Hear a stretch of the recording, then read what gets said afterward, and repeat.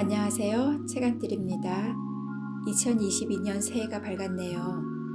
올해도 소망하시는 일들 다 이루시고 새해 복 많이 받으세요. 이번에 들려드릴 작품은 박형숙님의 풍경 스미다입니다. 편안한 시간 되세요.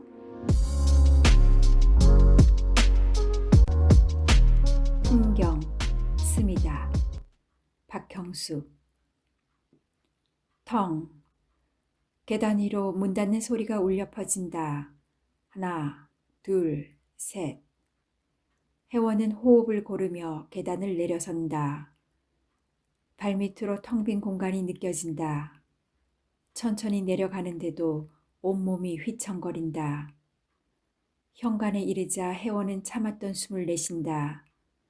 차고 축축한 바람이 불어온다. 초등학생 두어 명이 지나간다. 어디로 갈까? 혜원은 잠시 망설인다. 아파트 단지의 끄트머리에는 둑길이 있다.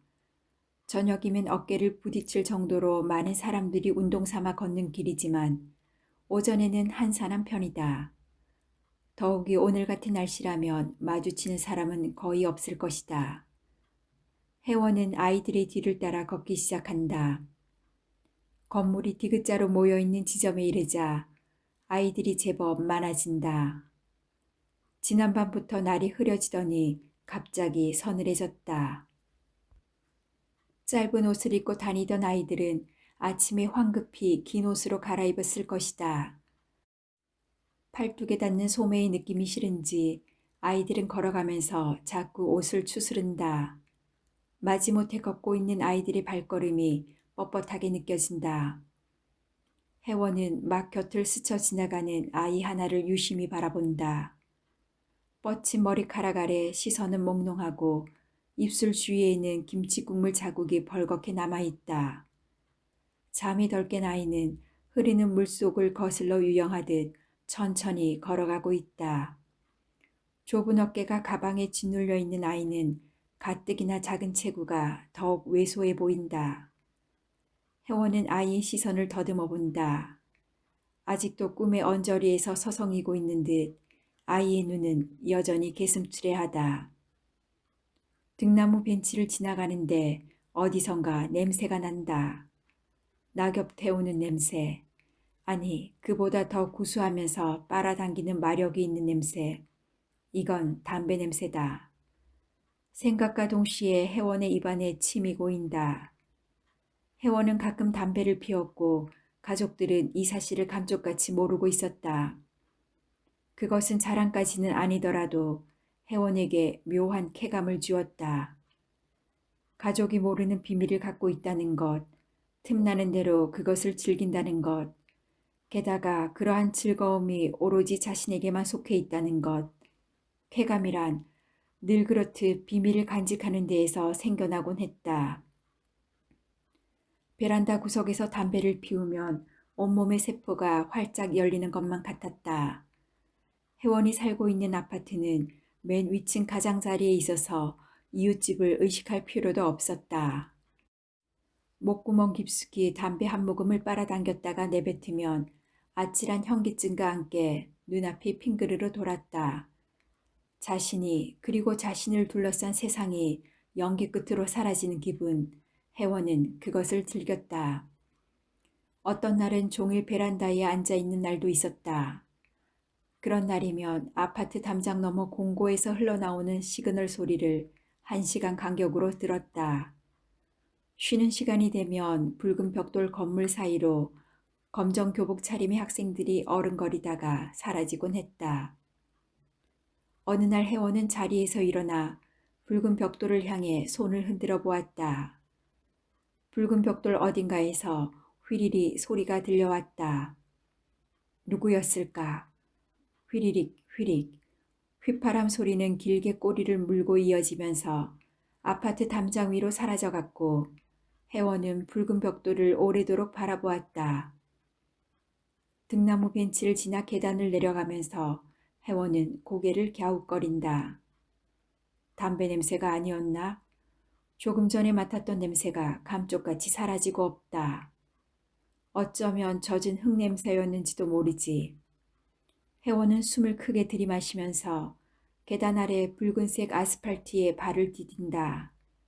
코끝에서 비릿한 시멘트 냄새가 느껴진다. 횡단보도 앞에 사람들이 서 있다. 푸른색의 제복을 입고 교통지도하는 학부모와 아이들이다. 길은 왕복 2차선, 호루라기 소리가 길게 울려 퍼지면서 노란 깃발이 차도를 가로막자 아이들은 길을 건넌다. 아이들이 길을 건너는 속도는 제각각이다. 잽싸게 뛰어가거나 한없이 꾸물거린다. 혜원은 오늘 아침 식탁에서 있었던 일을 떠올린다. 식탁 위에는 딸기잼과 식빵, 그리고 우유가 놓여 있었다. 경우가 빵을 먹는 속도는 일정했다.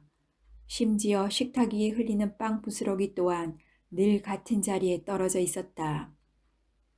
혜원은 남편 경우가 매일 똑같은 빵을 똑같은 자리에서 똑같은 속도로 먹고 있는 풍경을 물끄러미 바라보곤 했다.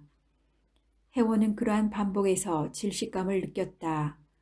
한 채 오차도 없이 되풀이되는 그 풍경은 이따금 혜원의 감정을 막다른 구석으로 몰아넣곤 했다. 천천히 먹어라. 경우가 딸아이 영채를 향해 말했다. 영채는 무엇이든 허겁지겁 마치 입에 쑤셔 넣듯이 먹어대는 버릇이 있었다. 천천히 먹으래도 영채는 잠시 먹는 속도를 늦추는 듯했다. 그러나 어느 틈에 손이 다시 입으로 갔다.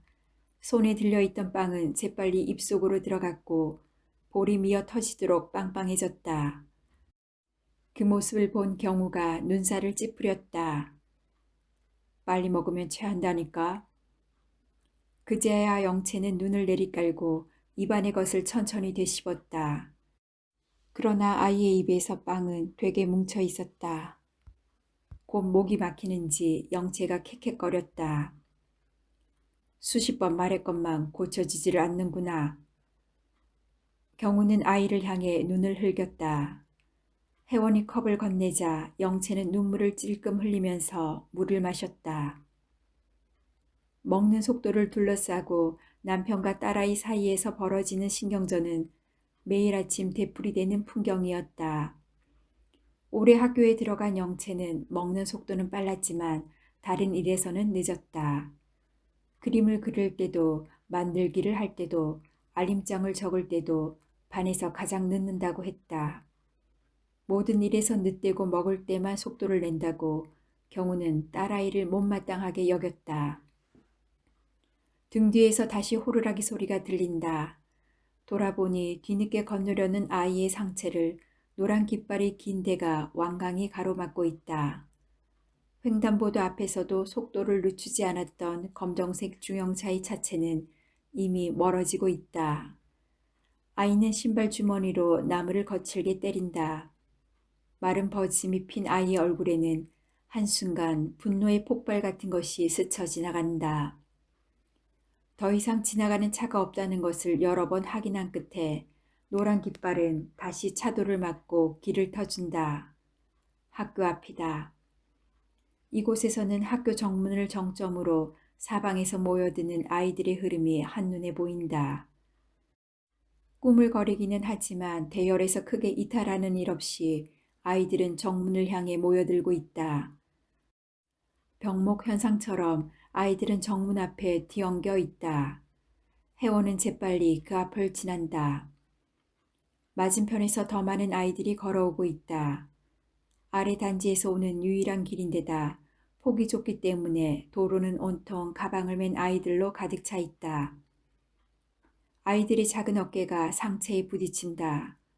수업 시간이 가까워진 탓인지 아이들의 흐름은 거센 물살처럼 완강하다. 아이들의 얼굴이 눈앞에서 휙휙 지나간다. 영채는 잘 갔을까? 혜원은 문득 딸아이의 얼굴을 떠올린다. 그 애는 이미 교실에 앉아 있을 것이다.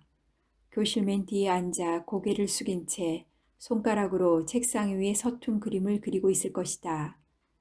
다른 아이가 말을 건네면 더듬거리며 바짝바짝 진땀을 흘릴 것이다. 두 눈을 초조하게 굴릴 것이다. 초조한 나머지 팬티에 찔끔 오줌을 지를 것이다. 혜원은 가슴이 답답해진다. 영체가 100일을 간 넘었을 때의 일이었다. 어느 날 혜원은 자신을 빤히 바라보는 아이의 맑고 순연한 눈빛을 느꼈다.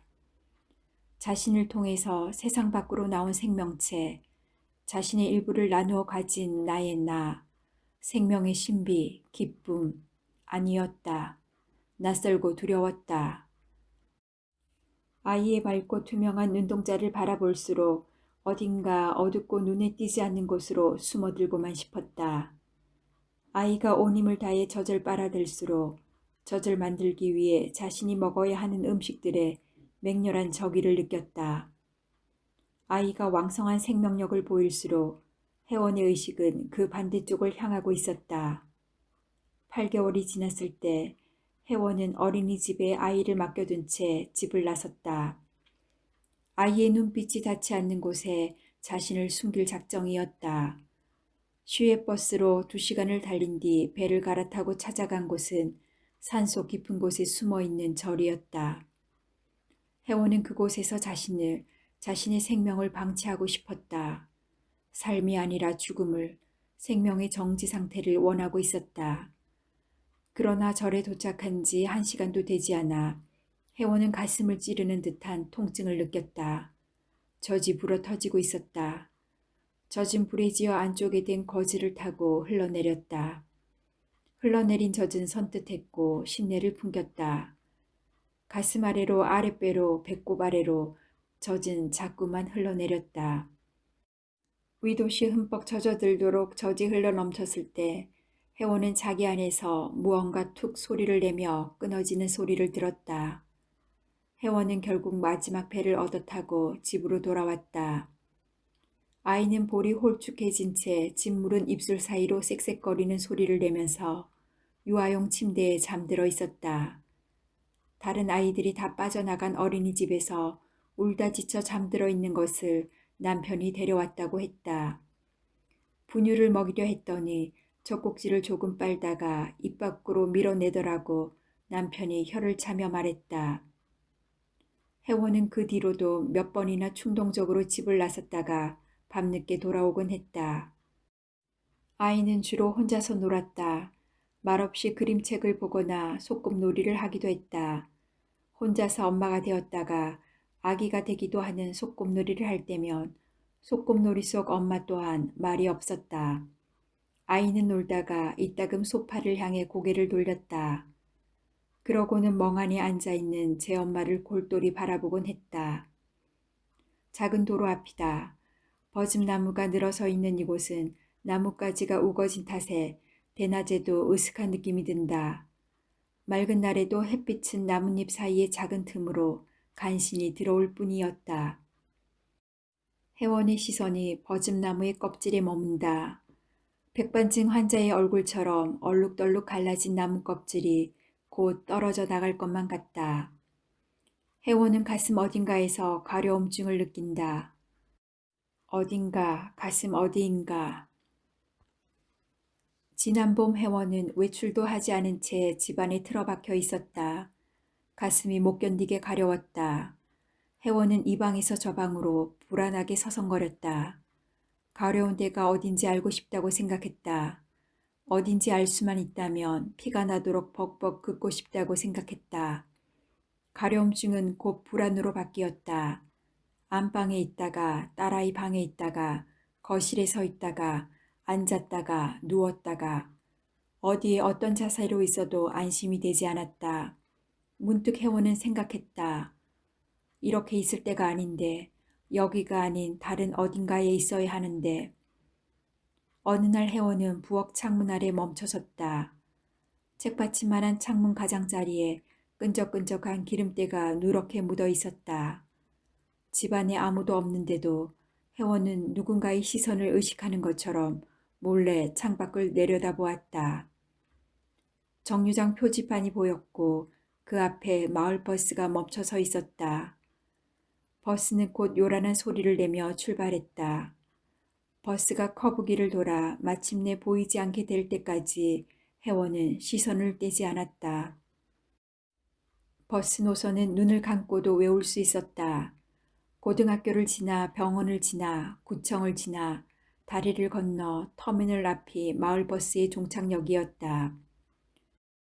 버스 터미널이라면 어느 쪽으로든 갈 수 있으리라. 동쪽으로, 서쪽으로, 남쪽으로, 그 어느 쪽으로든 갈 수 없다는 사실을 혜원은 알고 있었다. 마치 시간의 회로에서 자신이 튕겨나온 것만 같았다.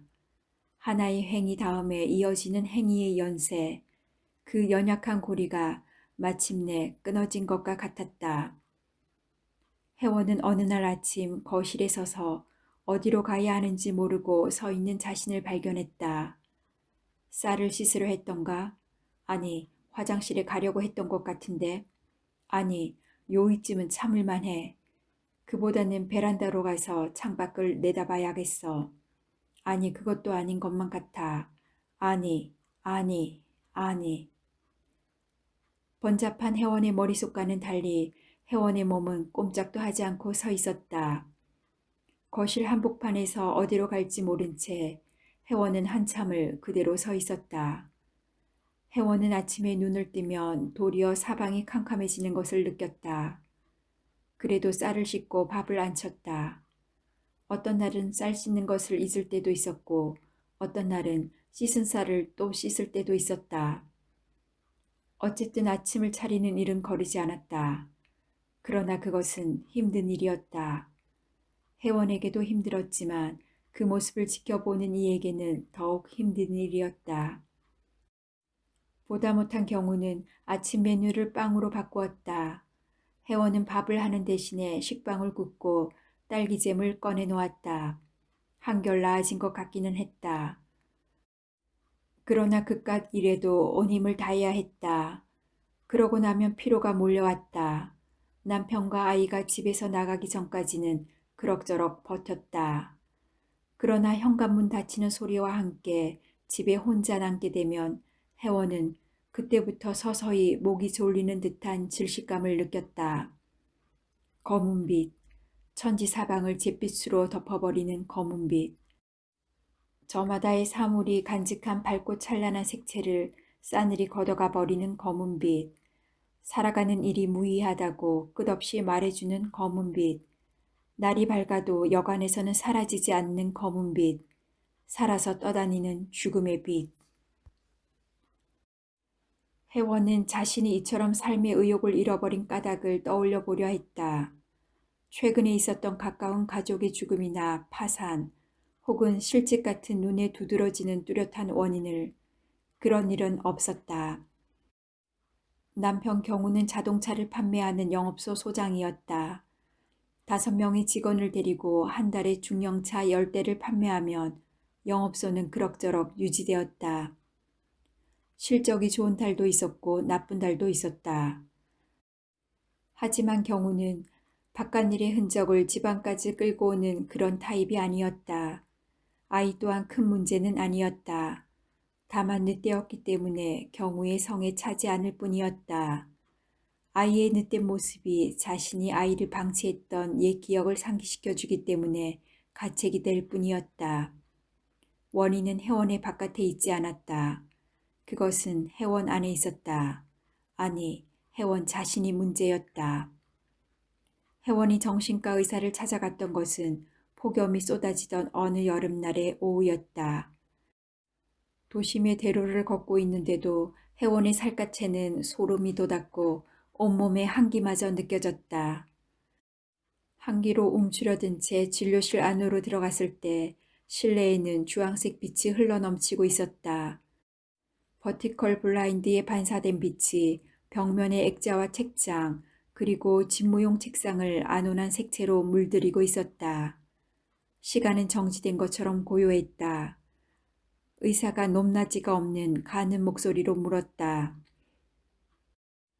나이는 39세, 결혼은 하셨고 딸이 하나 있네요. 맞나요? 혜원은 의사의 목소리가 떨리고 있다고 생각했다. 네.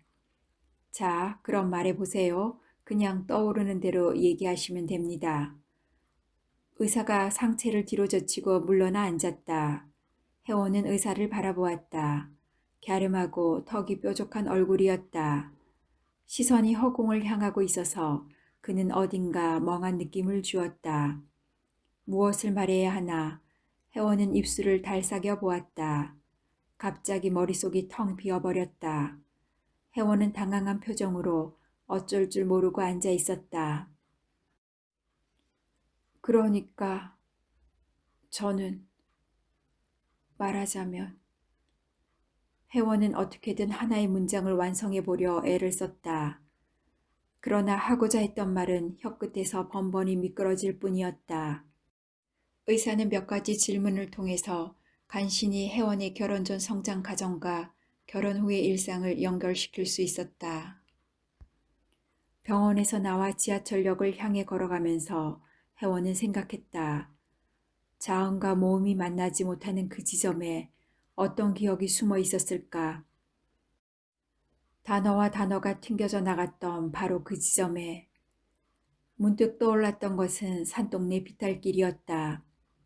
비탈길의 맨 꼭대기에 여자아이가 서 있었다.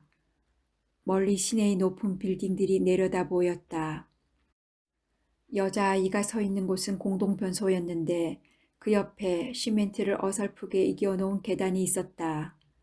이 계단을 단박에 뛰어내려가야 하리라.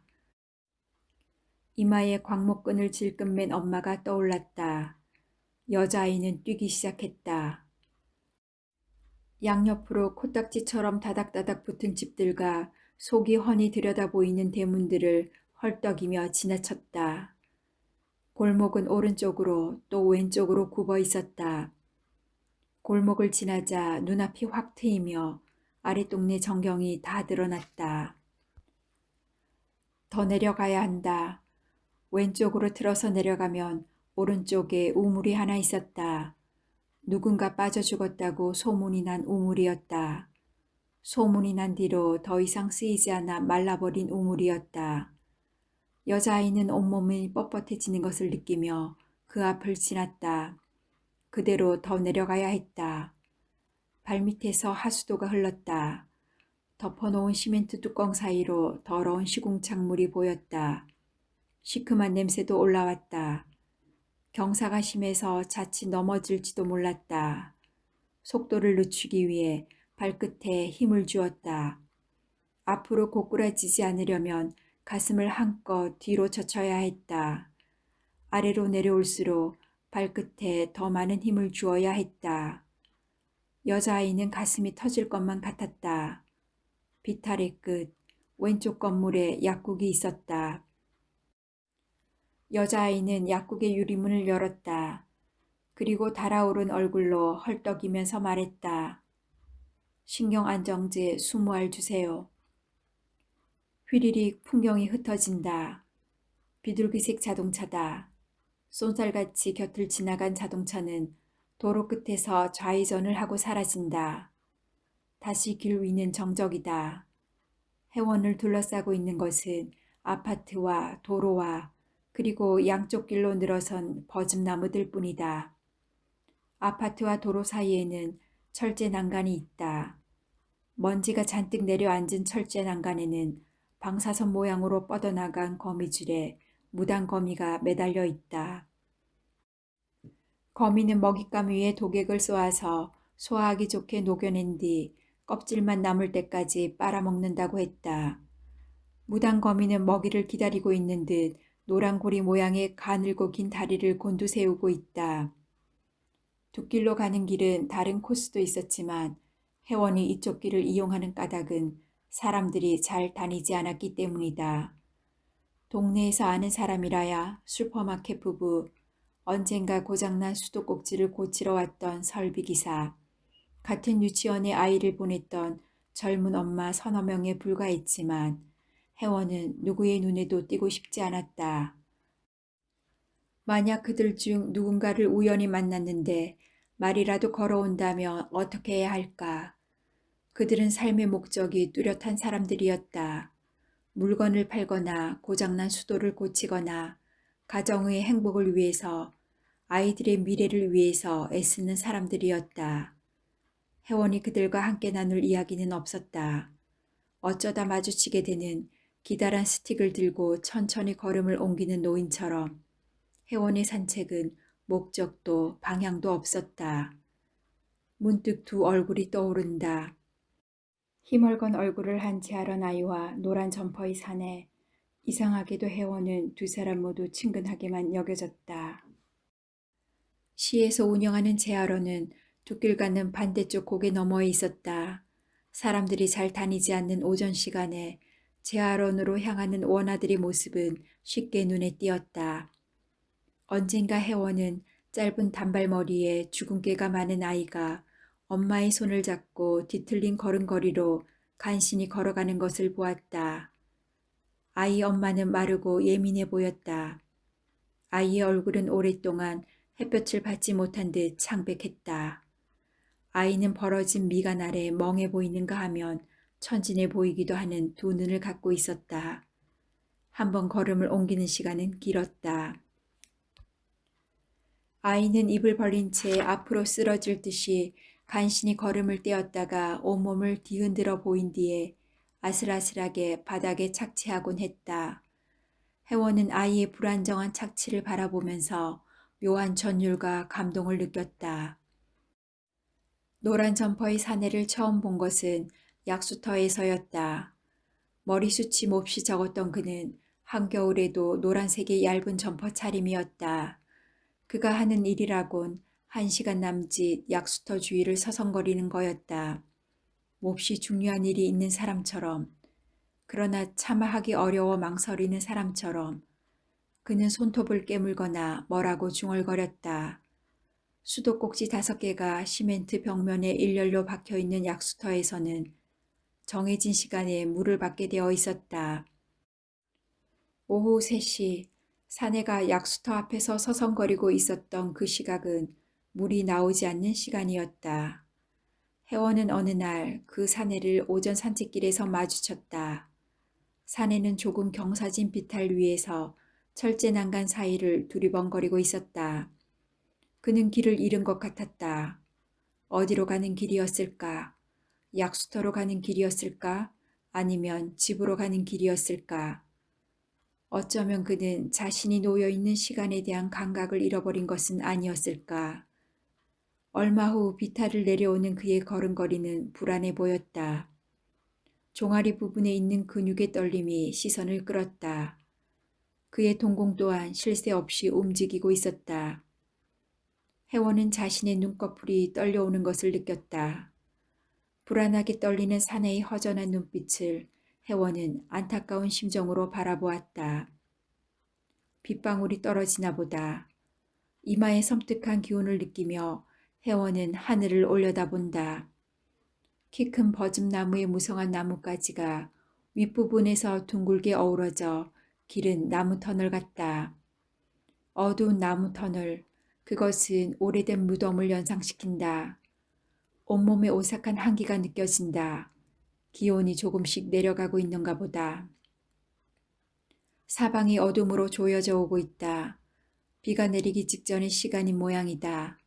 언제나 이런 때가 위험하다. 끓는 물이 넘치기 직전처럼, 부풀어 오른 고름이 터지기 직전처럼, 폭풍을 앞두고 있는 바다의 무섭도록 고요한 침묵처럼, 거기에는 임박한 파국을 앞둔 조마조마함이 스며 있다. 이런 때 가슴 밑바닥에선 무언가 스물스물 기어 나오기 시작한다. 그것은 마치 집을 잃은 벌레 같다. 자신이 깃들 곳을 찾지 못해 방황하는 벌레 같다. 그것은 바로 추억이 되지 못한 어두운 기억들이다. 혜원이 일주일 만에 다시 병원을 찾아갔을 때 의사는 다른 환자와 상담 중이었다. 혜원은 대기실에 있는 소파 한 구석에 앉아 기다렸다. 대기 시간은 그리 길지 않았다. 의사는 지난번에 했던 상담 기록을 들여다보며 몇 가지 기본적인 사실들에 대해 물었다. 그동안 어떠셨어요? 여전히 무엇을 할지 결정하기가 힘들던가요? 혜원은 애매한 태도로 고개를 끄덕였다. 혜원은 지난 일주일 동안 있었던 일을 떠올리기 시작했다. 특별한 일은 없었다. 베란다에서 주방 창문 밑에서 음식물 쓰레기통 앞에서 무엇을 해야 할지 모르고 한참 서 있었던 것도 여전했다. 자신은 이 세상에 한낱 얼룩에 불과한 것은 아닌가. 의사는 무슨 말을 하든지 별다른 반응을 보이지 않고 듣고 있었다. 여전히 멍한 표정으로 허공에 시선을 둔 채 간혹 고개를 끄덕이거나 네, 그러세요 하고 추임새를 넣을 뿐이었다. 혜원은 말을 하면 할수록 공허해지는 것을 느꼈다.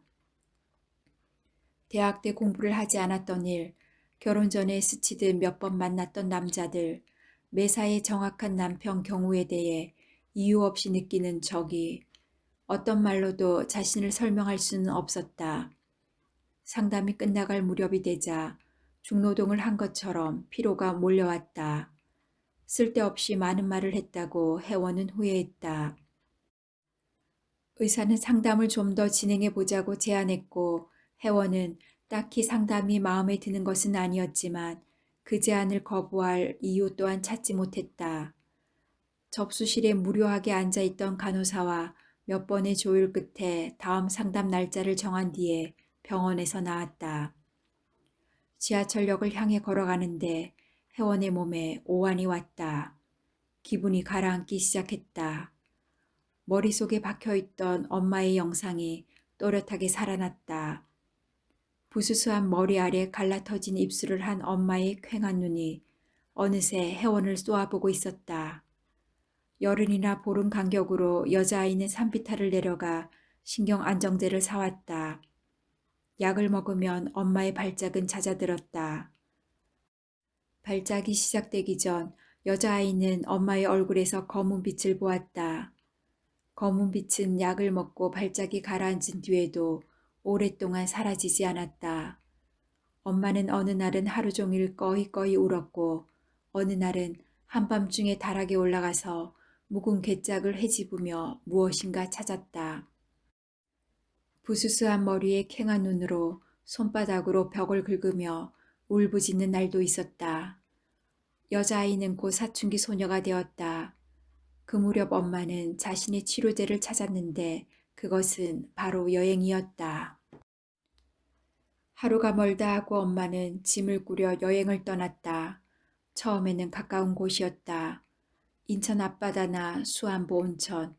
엄마는 아침 일찍 집을 나서서 늦은 밤이 되어서야 돌아왔다. 그러다가 여행지가 점점 더 멀어졌다. 속리산, 만리포, 울릉도. 엄마는 허름한 배낭에 옷가지와 간식거리와 약간의 돈을 챙겨서 떠났고 이틀이나 사흘 혹은 나흘 만에 빈털터리가 되어 돌아왔다. 멀리 제주도에서는 한 달 가까이 머물렀다. 엄마가 집에 없는 동안 집안은 엉망이었다. 설거지 거리가 쌓이고 빨래거리에 곰팡이가 쓸었다. 두 오빠는 밖으로 나돌았고 아버지가 침울한 표정으로 집안일을 했다. 엄마가 없는 집안은 난파선 같았다. 초경을 시작했을 때 사춘기 소녀는 몹시 당혹했다. 치마 아래로 뜨거운 것이 울컥 솟구치는 것을 느꼈을 때 사춘기 소녀는 엄마를 찾았다. 그러나 엄마는 집에 없었다. 아버지와 오빠들에게는 아무 말도 할 수 없었다. 피가 흥건하게 묻어있는 팬티를 어떻게 처리해야 할지 몰라 비닐봉지에 싸맨 채 동네를 몇 바퀴나 돌았다. 엄마는 술래하듯 자신이 가고 싶었던 여행지를 돌았다. 그리고 더 이상 갈 만한 곳이 없어지자 빠르게 쇠약해져 갔다. 나날이 더 많은 양의 안정제에 의존했기 때문에 피부는 까칠하게 탄력을 잃었고 두 눈은 초점이 흐릿해졌다. 목소리는 힘이 빠지고 말은 어눌해져 갔다. 사춘기 소녀는 그런 엄마를 피했다. 가능한 한 학교에서 늦게 왔고 공부를 한다고 방에 틀어박혀 나오지 않았다. 사춘기 소녀는 대학생이 되자 여행 가방을 쌌다. 그리고 아르바이트를 했고 고등학교 때보다 더 늦은 시간에 집에 돌아왔다. 여름방학이 되었다. 그녀는 한 달 일정으로 북유럽 배낭여행을 떠났다. 노르웨이, 핀란드, 스웨덴, 눈과 협곡과 해안의 나라. 그곳에서 그녀는 자유를 느꼈다. 배낭여행에서 돌아온 날 엄마는 싸늘한 죽음으로 간 속에 누워 있었다. 엄마는 양잿물을 마셨다고 했다. 오빠가 발견했을 때 엄마는 목욕탕 앞에서 두 손으로 가슴을 쥐어뜯으며 고통스러워했다고 했다. 병원으로 옮겨졌지만 식도는 이미 다 탄 상태였고 아버지의 동의로 산소 호흡기마저 곧 떼어냈다고 했다. 후두둑. 나뭇가지에서 부스럭거리는 소리가 난다. 혜원은 소리를 따라 올려다본다. 가지 끝에 미세한 흔들림이 여운처럼 남아있다. 나뭇가지 저쪽에서 새소리가 난다. 어디쯤일까? 쪼로로롱 쪼로로롱. 연이어 새소리가 나는데도 새는 나뭇가지에 가려 그 모습을 찾을 수가 없다. 혜원은 빠르게 걷기 시작한다. 두 갈래 길을 지나 두 길을 향하고 있다. 생각난 듯이 이따금 자동차가 지나갈 뿐이다. 지팡이를 짚은 노인도 제아론에 다니는 아이도 시선을 허공에 둔 채 배회하는 노란 점퍼의 산에도 지금은 없다. 아파트 단지 전체가 쥐죽은 듯이 고요하다. 마치 누구도 깨어나지 않은 시간처럼 어스름에 갇혀 있다. 자박자박 혜원 자신의 발소리만 들려온다. 자박자박. 좋지 않은 자세 탓에 틀림없이 뒤축이 먼저 닳고 있을 운동화 소리. 장마가 가까워지고 있던 어느 날이었다. 혜원은 거실 소파에 앉아 있었다. 비스듬한 자세로 앉아 있었기 때문에 고개를 돌리지 않아도 유리창이 한눈에 들어왔다. 유리창에 버즘나무의 무성한 가지가 닿을 듯 가까웠다. 나뭇잎의 초록이 눈을 적시고 번성한 가지가 마음을 간지렸다. 간지러운 느낌은 빠르게 번져나갔다. 혜원은 불안해졌다. 하늘에는 빗방울을 흩뿌릴 것처럼 구름이 몰려들고 있었다. 거실은 시납으로 어두워졌다. 버즘나무 주변으로 검은 빛이 몰려들고 있었다. 잎들이 후두둑 후두둑 유리창을 때렸다. 가지들은 아우성치며 서로를 찔러대고 있었다. 검은 빛은 소파 가까이까지 성큼 다가와 있었다. 그것은 곧 덮칠 태세를 하고 있었다. 바람에 유리창이 덜컹 흔들렸을 때 혜원은 자리를 박차고 일어났다. 아파트 현관을 나서자마자 혜원은 후회했다. 세 번째 상담을 며칠 앞두고 있을 때였다. 되돌아가고 싶은 유혹과 나가야 한다는 당위가 팽팽하게 맞섰다. 혜원은 몇 번이나 중얼거렸다. 돌아가서는 안 된다. 베란다 구석에 쪼그리고 앉아서는 안 된다. 컴퓨터 앞에서 운세 사이트에 생년월일을 입력하고 난 뒤 마지막 결제 단계에서 집게 손가락을 꼼지락거리는 일은 이제 그만두어야 한다. 자살 사이트나 정신분석학회 사이트를 오가는 것은 이제 정말로 멈춰야 한다. 우울증 자가진단 테스트도 더 이상 하고 싶지 않다. 간신히 등나무 벤치 앞을 지났다. 또 초등학교를 지나쳤다. 하늘 한 구석에서 먹구름이 몰려오고 있었다. 차가운 바람이 이마를 어루만지듯 스쳐 지나갔다. 곧 물방울이 뚝뚝 떨어질 것처럼 대기가 습기에 젖어들었다. 그러자 더 이상 아무데도 갈 수 없을 것만 같았다. 한 발짝도 앞으로 나갈 수 없을 것만 같았다. 제자리에서 꼼짝도 할 수가 없었다. 결국 혜원은 플라타너스 샛길 앞에서 발걸음을 돌렸다. 집으로 돌아와서 혜원은 모든 창문을 닫았다. 그리고 안방 침대에 누웠다. 다시금 검은 빛이 느껴졌다. 검은 빛은 그 어느 때보다 빠르게 주위의 온기를 깡그리 걷어갔다. 보라색 커튼이, 천장의 꽃무늬가, 천장 가운데 매달린 실내 등의 은빛 장식이 모두 무채색으로 변했다. 검은 빛이 모든 사물들 위에 군림하고 있었다. 혜원은 투항하고 싶은 욕구를 느꼈다. 혜원은 자신이 아는 자살자들을 손꼽아 보았다. 1년간 가장 효과적인 자살 방법을 찾기 위해 애를 썼다는 아쿠다나가와 느노스케, 실내복 주머니에 돌을 잔뜩 넣은 채 강물 속으로 천천히 걸어갔던 버지니아 울프. 오븐에 머리를 들이민 채 가스밸브를 열었던 실비아 플러스. 약물 과다 복용의 저내린가 바흐만. 상가 죽음이 종이 한 장보다 얇은 경계에서 파르르 떨리던 그 순간에 그들은 무엇을 생각했을까? 혜원은 엄마의 마지막 순간을 보지 못했다.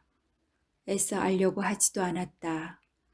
굳게 봉인해 놓은 것처럼 그 순간은 단단한 껍질에 쌓여 있었다. 하지만 혜원의 마음 저 밑바닥에 그 순간은 자리 잡고 있었고 언제든 뛰쳐나와서 혜원의 삶을 산산이 으깨 놓으려 하고 있었다. 열어보리라. 오래전 엄마가 그러했던 것처럼 그 순간을 살아보리라. 빈집에 엄마가 혼자 있었다. 잿빛에 움푹 꺼진 눈으로 엄마는 허공의 한 지점을 일별했다. 자신이 살아온 평생을 바라보듯 헛헛한 눈길이었다. 육체적 쇠락과 무너져가는 정신 속에서 신압으로 죽음을 향해 다가가고 있었다. 무섭도록 고요한 순간이었다. 팽팽히 당겨져 있던 생명의 실이 끊어지려는 한순간. 혜원은 침대 시트를 움켜쥔 채 소리를 삼켰다. 엄마는 아무 말 없이 낯설고 먼 시선을 던졌다. 어느 틈에 엄마는 혜원이 배낭여행을 떠나기 전의 모습으로 돌아가 있었다. 부스스한 머리로 누워있던 엄마는 손을 내밀었다. 까끌까끌한 손으로 혜원의 손을 꼭 잡고서 말했다.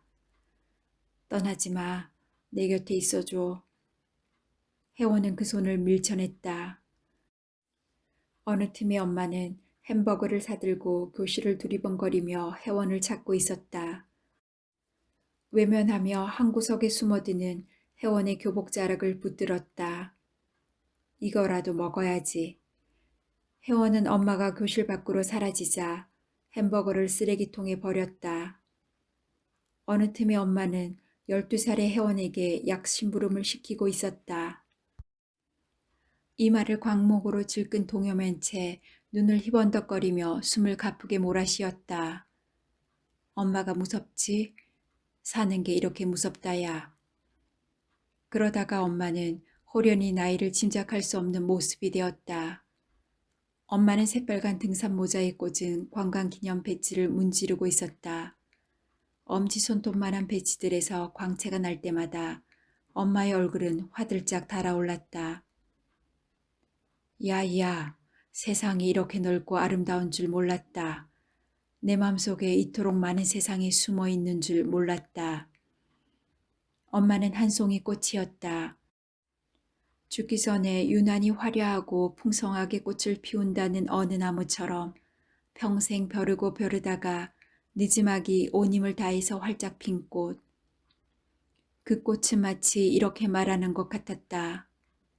있는 그대로, 꽃은 꽃대로, 얼룩은 얼룩대로, 아름다움은 아름다운 대로, 질병은 질병대로, 너는 너대로, 나는 나대로.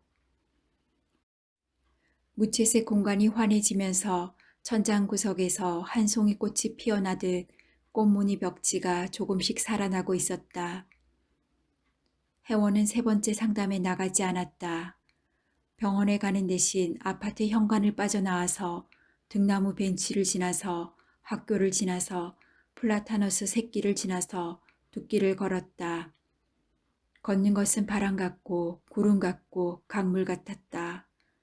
그것은 오감을 열어두는 것, 머물지 않고 흐르는 것, 풍경 속으로 스며드는 것이었다. 바람이 이마를 스치고 햇살이 눈꺼풀 사이를 파고들 때 혜원의 마음 저 밑바닥에서 무엇인가 움찔거렸다. 그것은 꾹꾹 눌러진 시간의 주름 같은 것. 그 속에서 혜원은 사무치는 자신의 마음을 보았다. 부스스한 머리로 마지막 손을 잡았던 엄마. 혜원이 엄마의 얼굴에서 보았던 거무빛은 죽음의 빛이 아니라 삶의 빛이었다.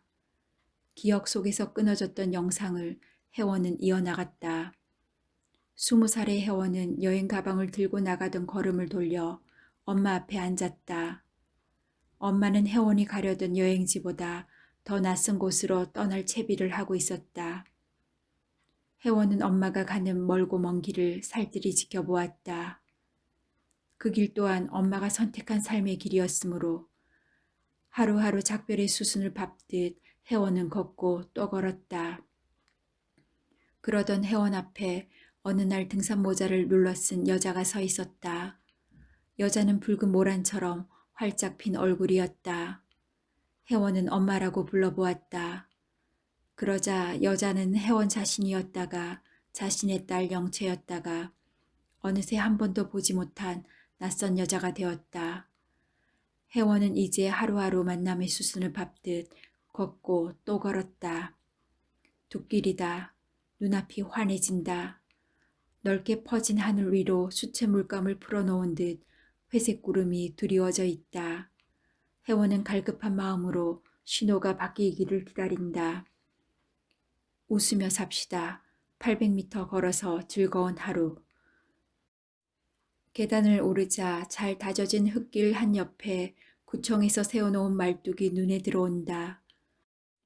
흰색의 말뚝 위에는 혜원이 사는 구의 로고인 해와 상과 강이 어우러져 있다. 혜원은 고개를 들어본다. 가없이 넓은 하늘이 둥글게 둑길을 덮고 있다. 개천을 끼고 있는 둑길은 뱀의 몸통처럼 휘돌아 이어지고 둑길 옆으로는 순환도로가 쌍곡선처럼 둑길과 닿을 듯 멀어진다. 길은 작은 다리가 있는 지점에서 타원을 그리며 다시 돌아온다.